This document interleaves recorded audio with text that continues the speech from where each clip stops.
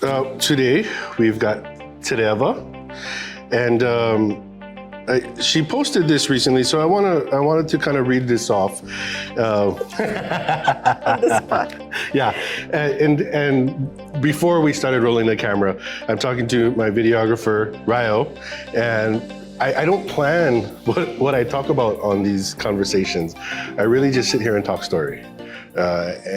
For me, it's like a natural way of just flowing a conversation, and there's no pressure, you know what I mean? Okay, so she recently posted this, so I'm gonna read it off as she wrote it. Hi, I'm Tereva. I'm turning the big 4-0 this year. I was raised by a single mom in heavy domestic violence. At 18, I moved countries alone, following my heart. At 19, I married my high school sweetheart, and I left fulfilled. I felt fulfilled and invincible. At 25, we got a divorce, and I questioned everything in my life. At 33, I watched my mom take her last breath, and I completely fell apart. At 34, I opened my first business, used my passion to teach Tahitian dancing. At 35, I found myself $150,000 in debt, completely overworked, not knowing how to come out of this. At 36, I decided to invest in real estate, and I haven't stopped since. I am now debt-free and able to live a life on purpose, practicing my passion and spending time with my family. At 38, God called me to be his child, and I have felt so much peace since then. And there's more in the captions, but for me, that was a snapshot of an important timeline to her, obviously because she felt compelled to put it together and put it out there on social media for the world to see, right? And I just wanted to throw that out there because that gives the rest of the world, our viewers, context about who you are and where you come from. Being Polynesian, for me, it's a joy to be here talking to somebody who is Polynesian, but from another place. Mm-hmm. I'd like to start talking about Tahiti. Yeah. Tell me about growing up and what it's like culturally versus maybe Hawaii and some of the similarities and maybe differences. Mm-hmm. Okay, so I will preface this with saying that this is just my personal experience, personal point of view. Could be different if you spoke to someone else who has a similar background and life today. So I was blessed to be born in a really cultural family, and my whole family speaks the native Reo Maui language. So I grew up in that. I grew up in dancing. And my brother and sister were surfers, so it's just we just kind of grew up in the culture. It's very alive, at least from my point of view. My mom worked at this, I don't know how to explain what it would be like, but it's kind of like for the state or the county, and they're in charge of a lot of cultural events. At least back then, they were responsible for all of the cultural events happening in Tahiti. And so every summer I got to be sort of like a part of our, like the equivalent of our Mare Monarch in Tahiti. Nice. Which is just like a huge dance competition. Groups and soloists come from all of the islands of French Polynesia to come and compete. It's 3 to 4 weeks long, I would say. And it's not just dancing. There are also traditional sports. There are canoe races. So anyway, so it's just like a time in the summer that all of our islands are kind of involved in cultural things. Mm-hmm. So for us as a family, we were a little bit more involved because our mom worked in it, and we just followed her all over. So I was immersed. I was just born into it. And at home, we basically just spoke Tahitian. But she always wanted me to have like a really modern education. So I went to public and private schools and all that. So education was really important to my mom. So she always pushed us, her 3 kids, to go as far as possible in our education. And actually my brother and sisters are still trying to get like certifications and such. So my observation is just, I think in Tahiti, it's a little maybe more alive, like the Tahitian culture is a little more alive than compared to here. But again, here, I wasn't born in a Hawaiian-speaking family, so things are different. Yeah. And I do feel like if I were in Hawaiian-speaking family or in a very culturally involved family, it would have been a similar upbringing, honestly. The huge difference is that in Tahiti, we are colonized by the French government, and in Hawaii, it's American, and so there are also cultural shocks in that sense, just because of how the French government governs and how the American government Feeling governs. displaced and... Yes, that for sure. So definitely the feeling of being a colonized group of islands, and in Tahiti, we went through a very similar cultural oppression, sort of, where my mom definitely was part of the generation that could not speak Tahitian at school, or they would get detention. Really? Dancing was forbidden, so she's a dancer at heart, and it was like hidden practices back in the valley behind, like in the middle of a forest kind of thing, where nobody could hear or see you dance. Yeah. So it was very, very frowned upon. And my mom was born in the 40s, so I would say in the 60s, it was very much that, which is kind of crazy to think about. It's like maybe about 60 years ago only that they were trying to oppress our culture. So that part, though, is very similar.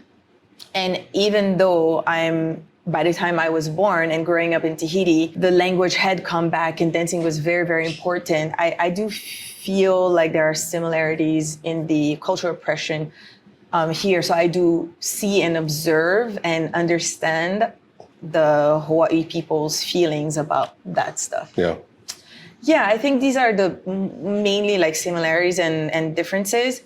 Other than that, food, some things are similar, some things are different. Cultural practices, some similarities and differences as well. And yeah, that's kind of nice. My personal observation. I think growing up here, there was a point in time where Tahitian art became more mainstream and popular, whether it be, dance, the art itself, even as our Polynesian tribal came back, right? There was a era of growing up where it wasn't as popular for us in Hawaii to have traditional Hawaiian tattoos. There was an era of really Tahitian art was more prominent here. Didn't even know that. There was the popularity. There was an artist that would come from Tahiti, Gringo, and he would come. He had family over here, and then a couple of those people became apprentices and are now artists. Oh, how cool! And it was the art that really drew me into my exploration of tattoo and what that means to me culturally. Cultures, yeah. Yeah. It's funny you mentioned that because my husband was born in the 60s, and he actually has books of tattoos that a friend photographer of ours in Tahiti took of a bunch of Tahitian tattooed people, and my brother is in it. So my husband has a book with my brother in it, of my brother's tattoos. And was that before you guys got together? Oh, yeah. It's from a long, I was super young when that book came out. But so a funny story about tattoos, because it was very tabooed, and my brother was born in the 60s, so it was very tabooed back then. So he tatted his back without my mom knowing. He went months. I don't know how he was able to hide it from her. Yeah. He went, months without her seeing it, and then one day he's just doing the yard, took off his shirt, and she ran behind him with the rake, ready to. But today it's fine, Yeah. Today it's fine. My mom had one initial tattoo that she ended up covering after. Then she allowed me to have a tattoo at 11 years old, which my brother and sister were like, whoa, what's going on? Are you younger than them? Yes, I'm the baby. Maybe that's why, right? By then she softened up already. Always, yeah. Yes. Yeah. But tattoos also were so frowned upon before. And now it's pride. You know, people wear it with pride, and it's like your lineage, your background. It is. Where you come from, Oh, look at that, what see? you've been through. Yes. It tells a story. Yep, absolutely. Yeah, it's one of the ways to document your history. And so for myself, like it started off small.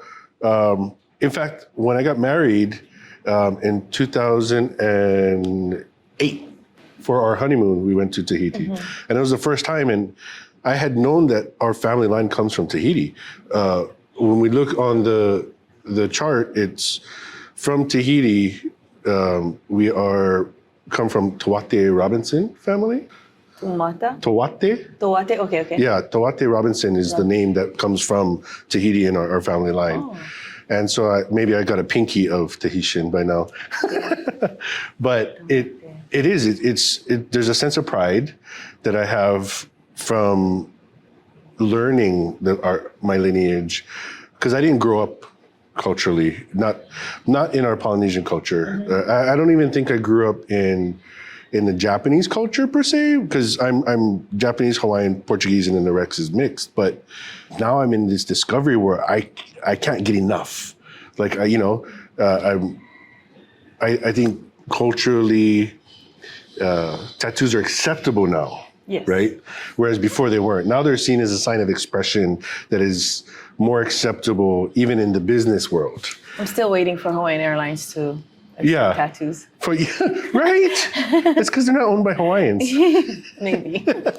But so in Tahiti, our airline company allows tattoos. The Air Tahiti Nui International Company, they allow it. But again, it's so normal, and it's not even being accepted. It's part of who you are. So if you have it now, it's authentic. It's just being authentic. This is who we were. If nobody was trying to suppress or hide any of this, this is us. Yeah. Okay, so 18. You moved here when you were 18? Yes. Tell me about that. How do you make that jump from Tahiti? Where were you at that moment, mentally, that brought you here? Okay. So you thought you were going to come talk about investing, Yeah. So we may have some emotional moments here. Oh, yeah. So when I was a senior, so I'm like 17 years old, I met this Maui boy in Tahiti. So my senior year, winter break, I meet a Maui boy. He's a musician, and he came to play music in Tahiti for like a couple of weeks with his dad and friends. And because it was like the holidays, and obviously they were away from their families, my mom's cousin had a family gathering party type of thing, and they ended up there. Yeah. And we were there as well after a show. I think it was just my mom and I that were there, maybe some friends, but so we went there, and it's very kanikapila action, like ukuleles, guitars, very laid back, and we dance, we watch, we talk stories, we eat, and met him there. And I think we were kind of set up, like people were saying, oh, I think he likes you. People were telling me he likes me. People were telling him I liked him. And we literally just was like, I don't know, eye contact, and that was it. And then, I think we just started talking. I don't even really recall much. And then since there was no school, one night we went out with friends, and I'm not a drinker, so we weren't partying or anything, but I think we went to watch a show, and then we went to walk around at a park in Tahiti and all night, and we didn't even realize. So anyway, fell in love right there. And then at the end of senior year, I graduate from high school, and I had to decide because I was supposed to go to France to go to college. And I had to make a decision if either I was going to France and not knowing what could happen with this Maui boy, or that was a decision. Either it was France or Maui. And so I picked Maui. And it was hard. It was hard, especially for my mom, because I'm the baby. Single mom, did everything for her children. That was the last thing you would expect from her baby, I think. and also like she was so strict on education. So Of all my siblings, choosing that over school education, right? Yeah, of all my siblings, she didn't think I would be the one to not go to college. Right? My siblings went. Anyway, so that's how I ended up on Maui, and I don't know, for a while it was just like a long distance thing. I would come here, he would come to Maui, that thing, and then we had to make a decision. What are we doing? Like, is this serious? Is this not serious? Do I want to move countries?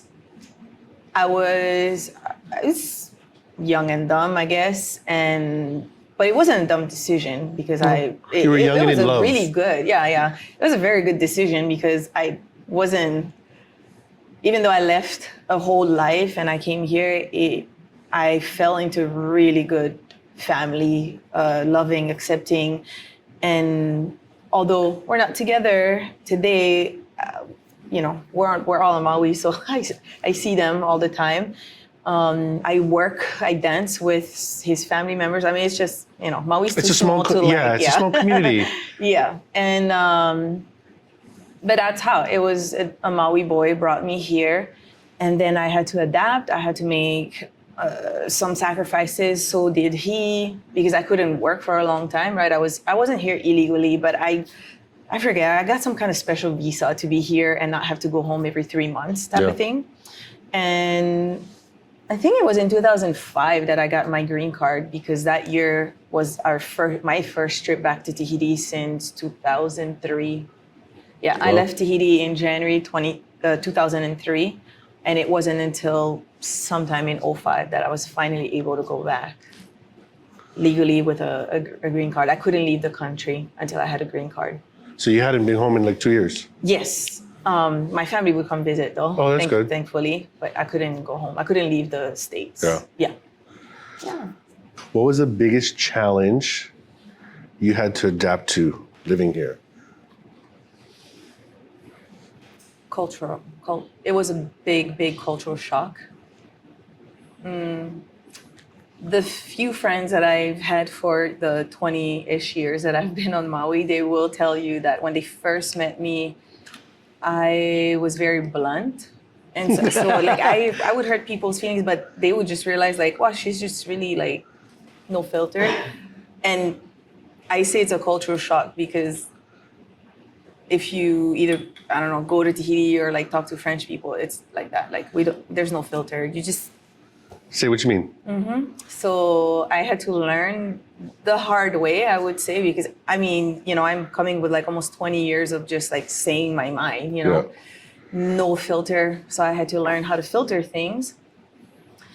And it's just, I think it's more like an American mentality versus I wouldn't say that in Tahiti we have a French mentality, but it is French influenced.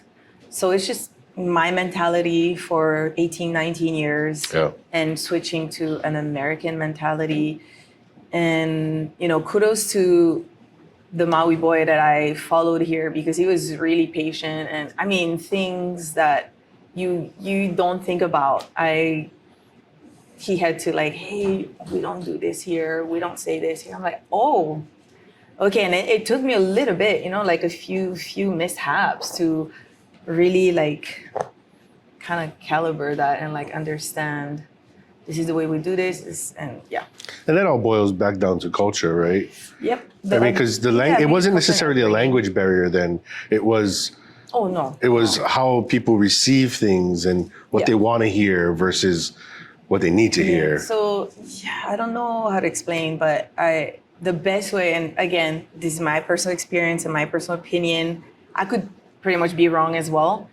But I think in the American culture, we beat around the bush instead of like, just because we don't want to hurt feelings, or there are sometimes repercussions, right? And harsh ones. Whereas, I don't know why, but like in Tahiti or maybe in France, I'm not sure. You could just, I think French culture is more blunt. Yeah, communication wise. They are. And it's not a bad thing. Like I don't want to come off like no, I don't think so. It's negative. It's just different, and I don't even know if they are as strict on customer service over there as they are here, where customers always right. I don't think that's a thing over there. Yeah. You You need to be a good remember- customer too. Yeah, back in my time, you couldn't return a single thing to the store. Like you buy it and it breaks. Oh well. Yeah. You can't. Yeah. So there's no such thing as customers always right. It's crazy, right? Like, Yeah. But again, maybe things changed since then. I haven't lived there in 20 something years, so maybe things have changed. How often do you get to go back? Not as often as I want to. Especially when my mom was still here, she would come a lot. But I think I went in like 6-7 times in my 20 years. Went back. Yeah. Yeah, so it's maybe every 2 to 3 years on an average. Since COVID, though, nothing. Yeah. We couldn't go back because Well, they locked the country down. Oh, a little bit, yeah. Yeah, and then when they reopened, only certain people could go back in. So you did this. Does it mean that you had to get vaccinated? they only allowed vaccinated people to travel in. So we had to wait for that. And now I think there's no rules now. So No, it's wide open. We are planning on going back this year. So Yeah. yeah, What island? the main island, Tahiti. Tahiti Island. My sister still lives in Tahiti. My brother lives off island. So for the general public, it's almost like Hawaii Island, right? Hawaii is our state, An archipelago. Yeah. Oh, right? yes. And then over there, Tahiti is also known as Papeete. No. No? So Papeete is a city, like Honolulu. Okay. Papeete is like Honolulu, so it's a city on the main island of Tahiti. But our archipelago, no, we have 5 archipelagos, and all 5 of them are called the French Polynesia. Okay. So we have 5 big groups of islands, Marquesas, that a lot of people aren't familiar with. Yep. I don't know how to say the English names of the other ones, but we have a total of 5. There's a group of islands that are just atolls. Tuamotu. There's Austral. A lot of artisans come from over there. And then 2 more. Nice. Yeah. Yeah.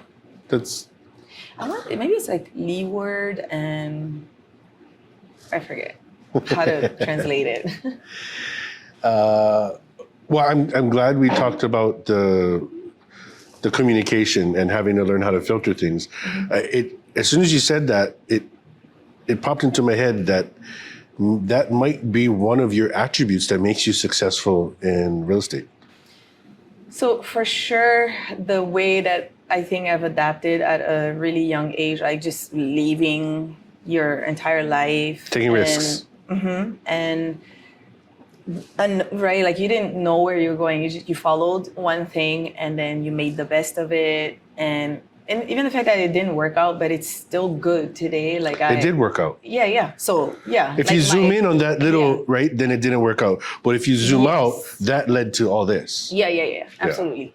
And when we separated, my mom was like, "Can you come home? Like, she's like, come home and like come have your life back here." And I had a hard time because I was, like in my mid-late 20s, and I had a taste of independence, and I just couldn't see myself going back to living with my mom. Like that was so hard, and I would have to start over. I would have to find a job and buy a car. I don't know. I was like, I have all of this here. Like I already got a job.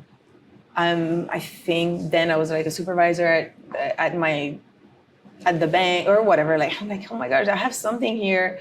I would have to start over if I were to go back, So I was kind of in limbo for maybe a little over a year over here, where I'm like, hey, that's, at least Tahiti is still an option if I don't have something else. You have the security of going back. Yeah. Yes. You just mentioned bank supervisor.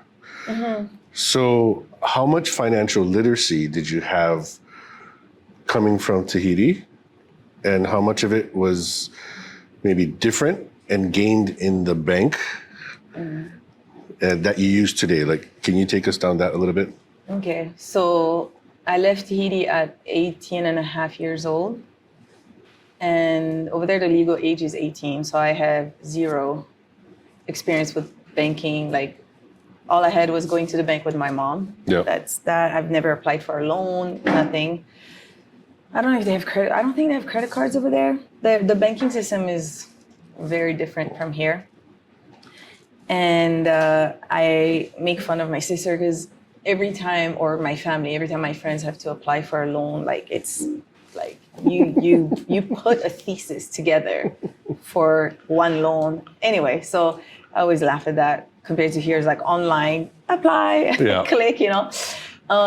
So I would say that there was none. And the cool thing when I came here, there's no record of Tereva right, in Hawaii. So I had to get a social security number and I kind of start from there. And the family that I fell into here, which is the boys, my Maui boys family, they were very strict with that, with budgeting and stuff and with credit. So as soon as we started kind of having steady income, they helped us. We didn't take no official class. It was just them. Like, his mom taught me how to balance my checkbook. And I think his brother told me all about like pristine credit and stuff. So all of my financial education is only American, I would say. Like I don't have anything prior to this. So then in Tahiti, I always wanted to work in the bank. I don't know why, what attracted me to that, maybe money, I don't know, or stability, like Monday through Friday, you know? Yeah. So then I started working at the bank here. I wouldn't say climbing the corporate ladder, because there's not much to climb in the bank, as for me, at least. But I got to learn a lot because I started as a teller and then moved up to sales, moved up to supervisor. Yeah. So you get to experience a lot of different hats. Yeah. Operations. So I'm more of an operations person than sales. Even today in your business now we're fast forwarding, right? Well, before we even get to that, because I want to talk about your Tahitian dance school. As you can see, I want the culture. I like to dig into who we are, which is relevant to where we came from, right? Because I think a lot of the glitz and the glamour on social media is like, oh, it's so easy. Or, oh, they're doing it. I can make a couple of posts and then I'll be able to become an investor. And it's really not that simple. No. And it has to do everything with whether you're capable of learning it and sticking to it, because it's not like a 9 to 5. You are your own boss. If you don't work, you don't get paid. Yeah, it's 24/7. Right, and so people think that, oh, I'm going to be an entrepreneur and I'm going to have all this time on the road. You actually have less time because you have to do more to make sure like you're in charge of all of it, right? So you are in control of what you do, how you do it, when. You're in control of everything, and that comes with a lot of responsibilities. And the life balance is also on you. Whereas before, you're like, I gotta work. It's like it's not me, it's my job requirement. Yeah. Now it's like it's you. You decide when to do what, who to be with, when. You have to, right? Or else the lines get blurred. And I'm sure, I know when I first got into loans, and I switched from being a realtor for so long, and then I got into loans, I started seeing a lot of success in loans, whereas I wasn't as successful in real estate. So then I was trying to figure out how to balance, right? Because now I'm taking calls all times of the day, right? And not understanding, like, they'll call me back. If they really want to work with me, they'll still be there. Yeah. Like, I can wait 5 minutes, not like it's not an emergency. Drop everything and... Yeah. But I think when you first get into it, it's all like, oh, if I don't take this, it may never come back around. Yeah. So it's more that, it's that the mentality of trying to get to the abundance mentality versus, the mindset of being not enough, less than. Yes. So let's go back to your school. And so mainly because I think we've been in contact for a while, long enough now, where I think this is the second season that I've known you or talked that you've kind of coming out of your competition phase. So what part of the year is that? And how do you shift? Because I think for the most part, our viewers understand that you are an investor, a successful investor, and you're doing this full time, right? How much time do you dedicate to school or your school? And how do you balance? I opened my dance school in 2018, and it really evolved over time because initially it was to dance with friends. And after a few months, I realized that we had really good dancers and that they were passionate. And then I started considering maybe taking them to competitions competition is more to challenge yourself to be better than you a week ago type of thing. Yeah. Not necessarily for the prize, but it really pushes the dancers, and they surpass their capabilities just because of one competition. So it's super cool. So when our competitions, honestly, there are competitions all throughout the years. Most of them are out of state, so we do have to travel a bunch in order to do those. So with the dance school, the thing is, because dancing is a passion of mine, and as far as a dancer, I have a lot of experience, like dancer performer. I have just so much experience. When I became a teacher, I had zero experience. So I knew that I wanted to share something. I didn't know how to share it. You have enough to share, but figuring out how to transfer that, right? Yeah, so definitely the teacher part is, and I'm still learning, honestly. So it's different because we have children, we have adults. And a couple of years ago, I ended up, one of my very first child students is now my co-teacher with me. Because I just realized that I needed something else for the kids, because I wasn't a child student dancer.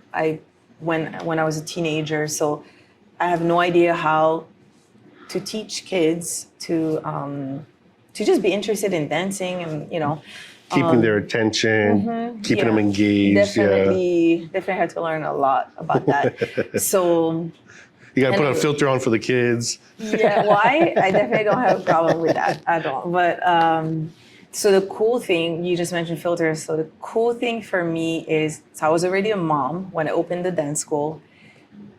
And I think after a few months, I realized that the little girls, like, they really look up to you. I don't know why I didn't think about that when I was like, oh yeah, I will teach, 5 and 7 year olds. They really look up to you. They look forward to their one class a week with you.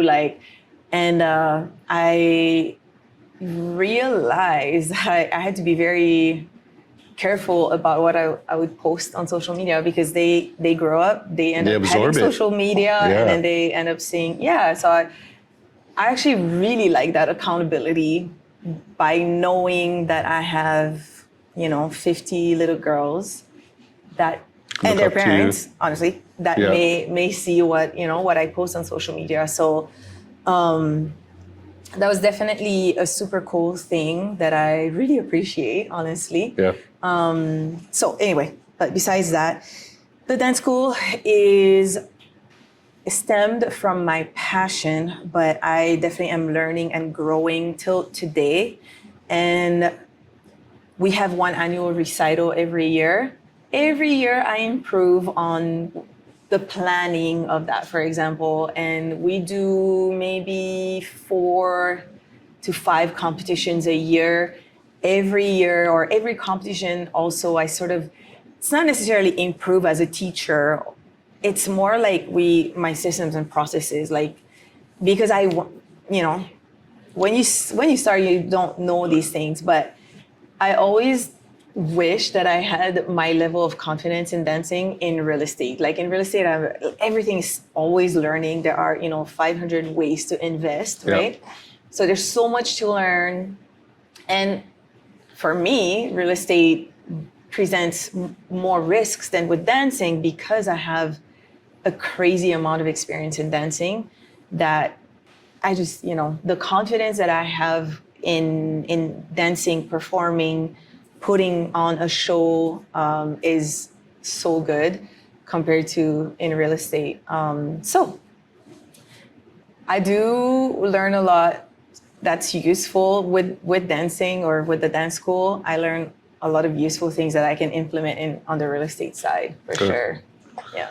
I hearing this, the more I hear your story, like it's actually leading me into the other things like, oh, I didn't know this about you, right? And so, well, now I'm thinking about, okay, what about this?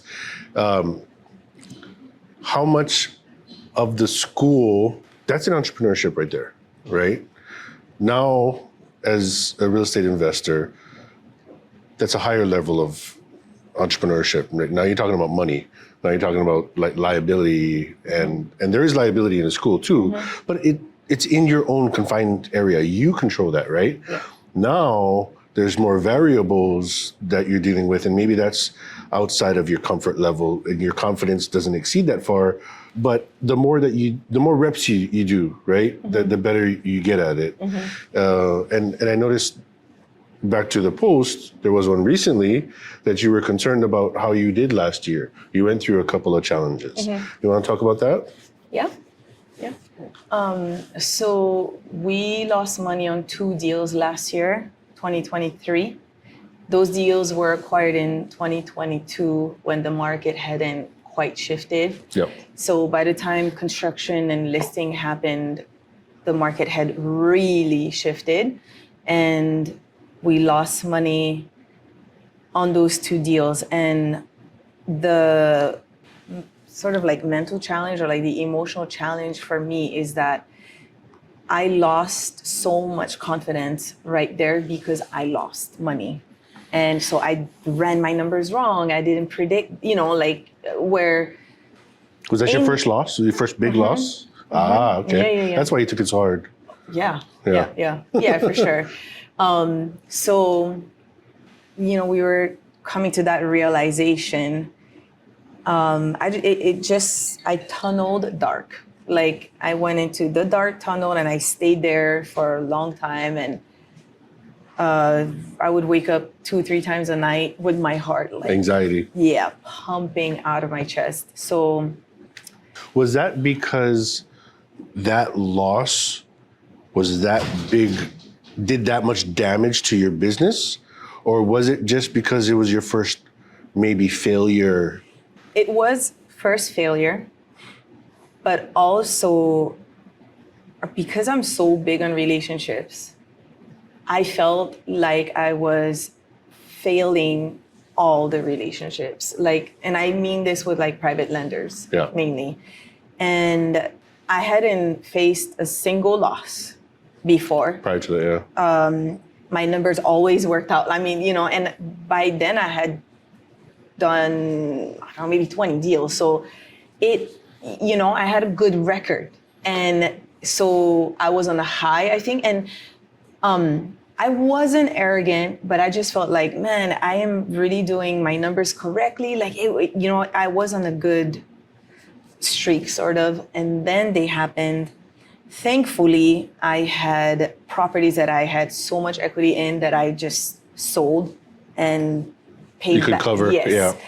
Thankfully. And I had more deals, so I'm like, okay, we'll be okay.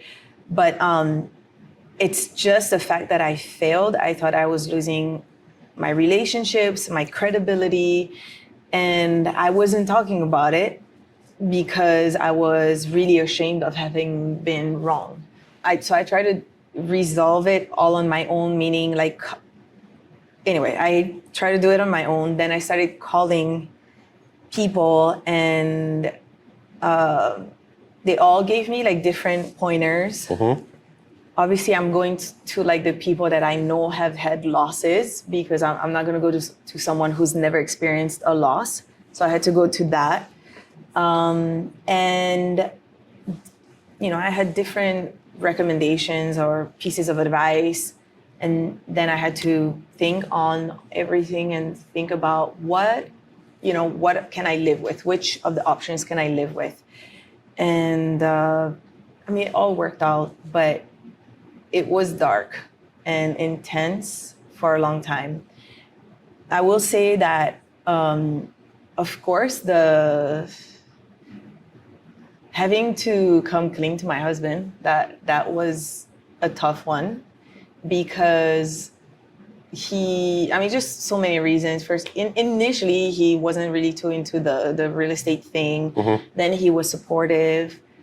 And then I remember a couple of times when I'm like, oh my gosh, I just locked up another property. He's like, we have money for this? I'm like, well, you know, private lenders is like, okay, trust you, you know, like. So then I had to tell him, and surprisingly, he said, okay, you learned something, right? I'm like, yes. He's like, so this is cost of doing business, and you know, you just don't do that again. Like, the mistakes that it's like, he didn't say don't lose money again. Obviously that's like implied, but learn from it. Yeah. So whatever, you know, was wrong that led to this loss, like you're not going to do that again. And the fact that he didn't blow up on me, I was like, oh, okay, cool. So like, that's one. Then I had to have hard conversations with my private lenders. Maybe I'm lucky because I value relationships, and it's always at the forefront of when I kind of vet private lenders. This is long-term, you know, all of the things mm-hmm. that I feel are important to me. And I want my private lenders to also align with that. So yeah, it was good. It ended up being good. And yeah, it was tough. But recently a friend of mine called me about a loss. And I laugh because the amount of money that he was looking at losing is nowhere what my loss was.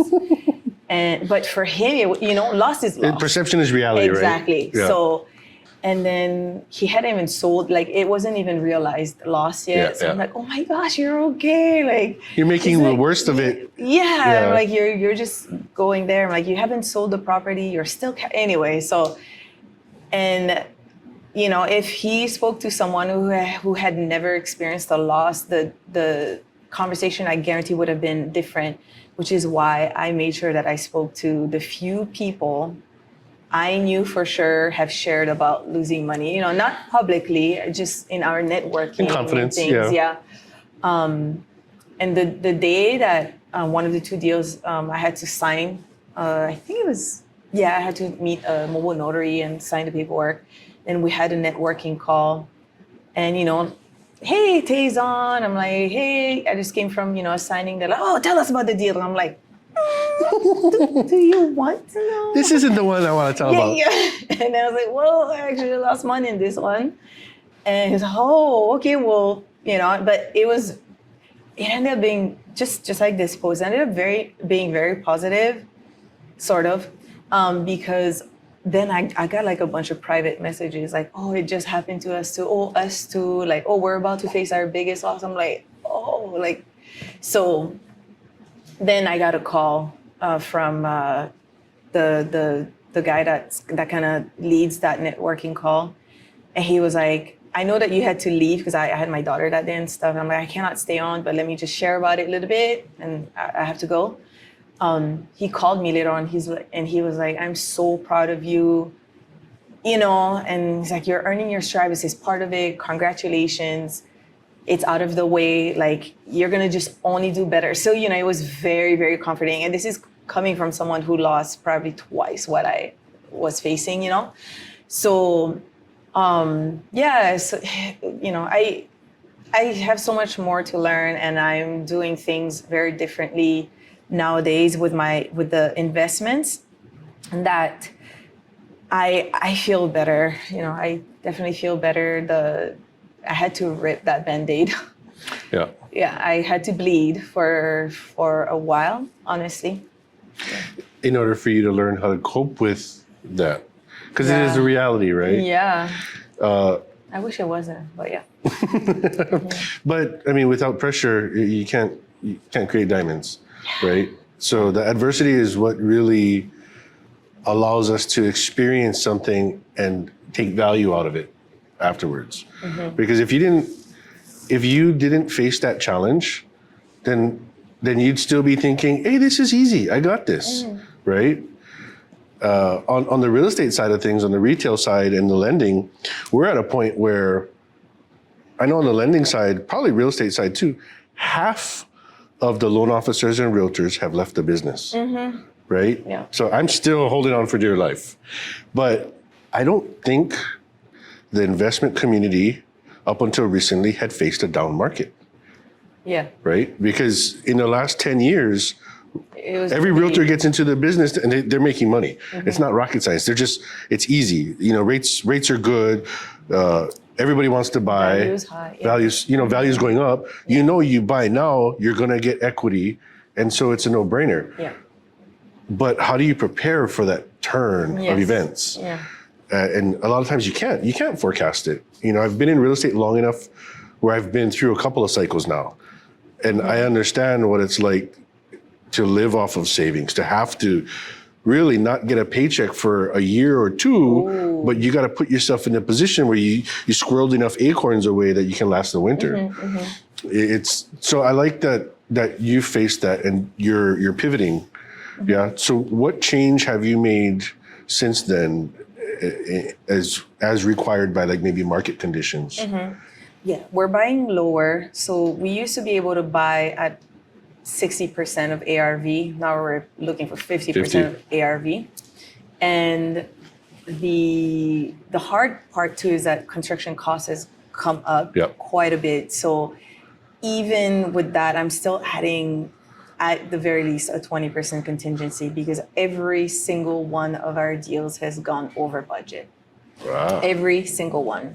So, and now I even I don't want to say kind of, but I do over raise. So I don't know if the deal requires maybe 200K of a raise, I'll go up to 220. So 200K even with all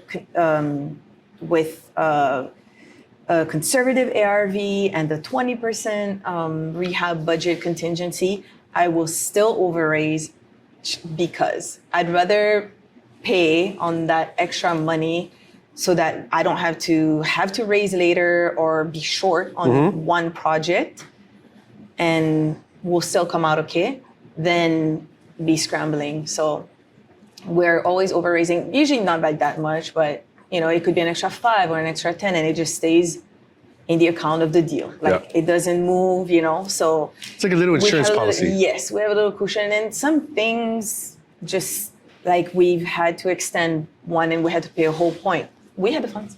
Like, you know, we had to extend one of the projects because we had permit issues. So like that too, you know, so definitely, yes. Yeah. What's your ratio of in and out of state transactions right now?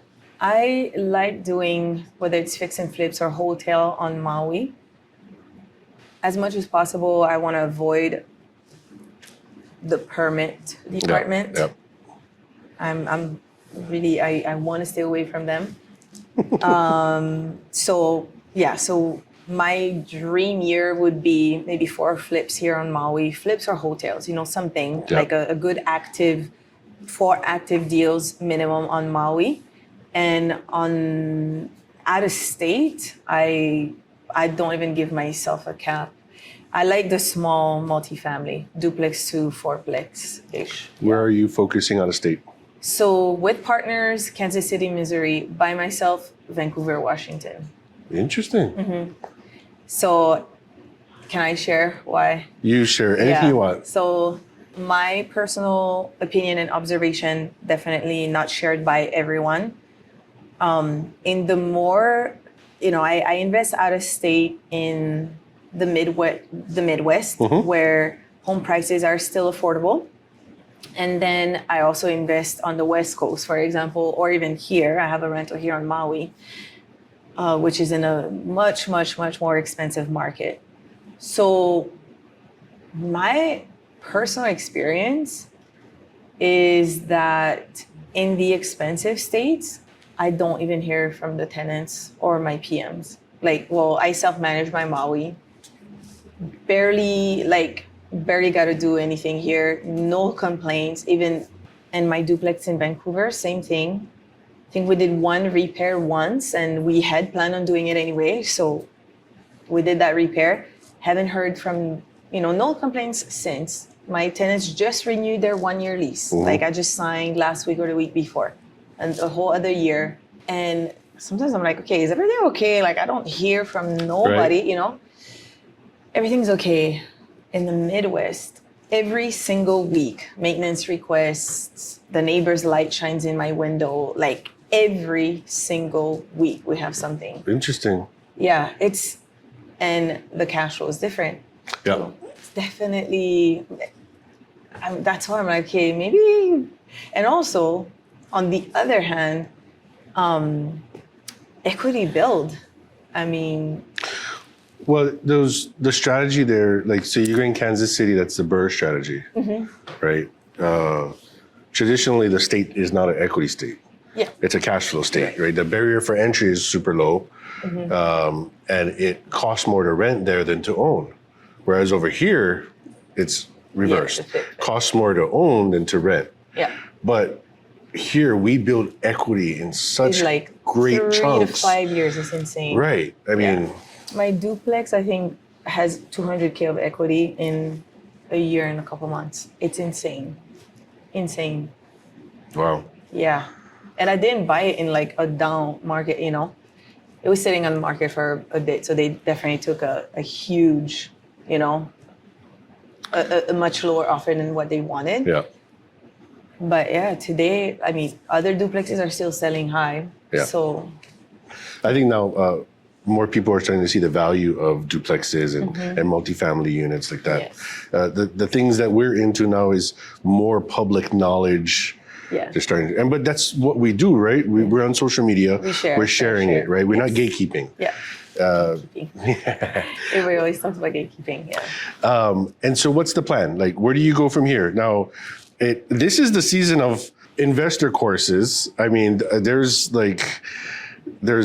everybody that we know has pretty much launched a course in Q1 of 2024. Yeah. You teach a school. You have any plans of teaching your own mentorship or? Not yet. So I'm definitely considering it. And I want to tailor something for Hawaii investors to be able to invest out of state. And I think the advantage of us living in Hawaii, teaching to Hawaii residents how to do it is a huge benefit, because I've been in a lot of mentorships that don't understand anything Hawaii. The cost of living, that they don't. And they're like, well, all you've got to do is this. And we're like, no. Literally, if I were to go door knock an entire block, half of them are my daughter's classmates. The other half are my students' parents. It's not like that. We all know each other, and literally they can all come to my house and, curse me out at my house. They know in where front to of my find you. family, you know? So it's not it's not like in the mainland where you've got 100,000 people in a 5-mile radius. No, I think that's completely off topic, but that proximity and how we are landlocked is the reason why we don't have a lot of high level crime here. There's no, how often do you see an Amber alert? Yeah. Where you gonna take a keiki? Where you can go? Somebody's gonna see you at the store. Everybody knows everybody. That's so and so's kid, right? Yeah. So there's good and bad to it, but it's good that you know how to be a part of the community, and you're already somebody that everybody looks up to. Yeah. I know I do, and I like how you do your business as far as on social media. You've kept to yourself for the most part. You're just grinding and hustling, and you're doing your own meetups over here. I think you're trying to bring to Maui and your own self what more high level, education of what we're all doing in this community.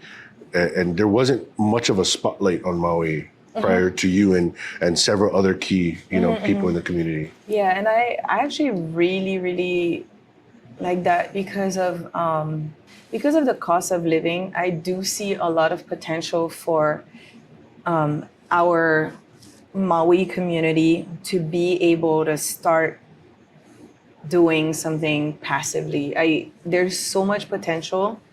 I feel like every household could probably buy 1 or 2 rentals this year, and even if it's just a couple $100s a month, after all expenses and all that, like there are headaches, but even if it's that, it's still good. Worth it. It's still good. Yeah, yes, and I agree. I always think of our investments as, of course, something for our kids, for the future generation. So, and we're keeping it here, within our family. And I made a post a few months ago about my Maui rental being my daughter's college fund, because we're just paying down that loan, and eventually we're going to have, by the time she goes to college, the value might double by then because it's Maui. Yeah. And we're going to have so much equity. And the increase of property value, right? And then compound with you paying down the mortgage. Yeah.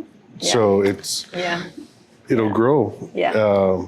Is there anything that you want to say to the world? You got, any shout outs or anything you feel?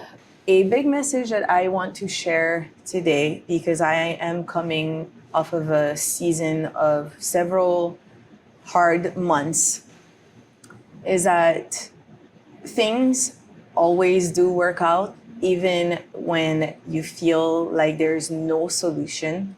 A lot of time allows you to breathe and see the bigger picture. So give yourself grace and patience. Allow yourself, unfortunately, to face these challenges head on, and rely on a good body of community. Rely on your network, because they will help you through the good and the tough times. That's it. I like that. The only thing I'd want to add to that is this too shall pass, right? It's never that bad, and it's not life ending. It is not life ruining. Things don't happen to you, right? They happen for you. So a lot of times they're just opportunities to learn, or maybe it's a door closing and you don't realize that it's really another one opening. So I like that, and thank you for spending this time with me today and talking story. And this was fun. Yeah, it's a pleasure to be here with you. Likewise. Thank you.